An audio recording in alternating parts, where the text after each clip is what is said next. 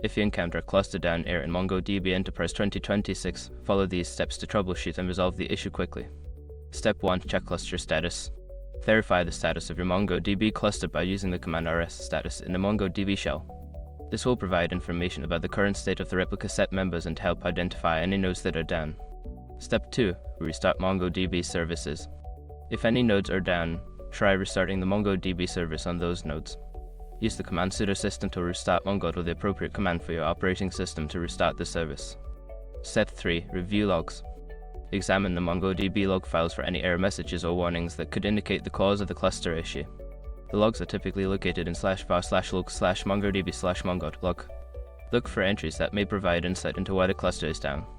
Step 4. Check network connectivity. Make sure your information is protected first. Most people don't think about breaches until something actually happens to their accounts.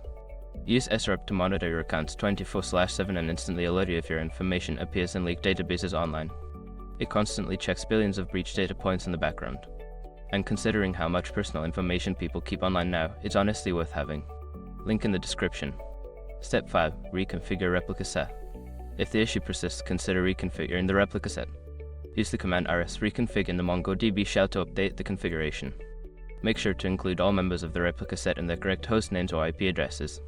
By following these steps, you should be able to resolve the cluster down issue in MongoDB Enterprise 2026.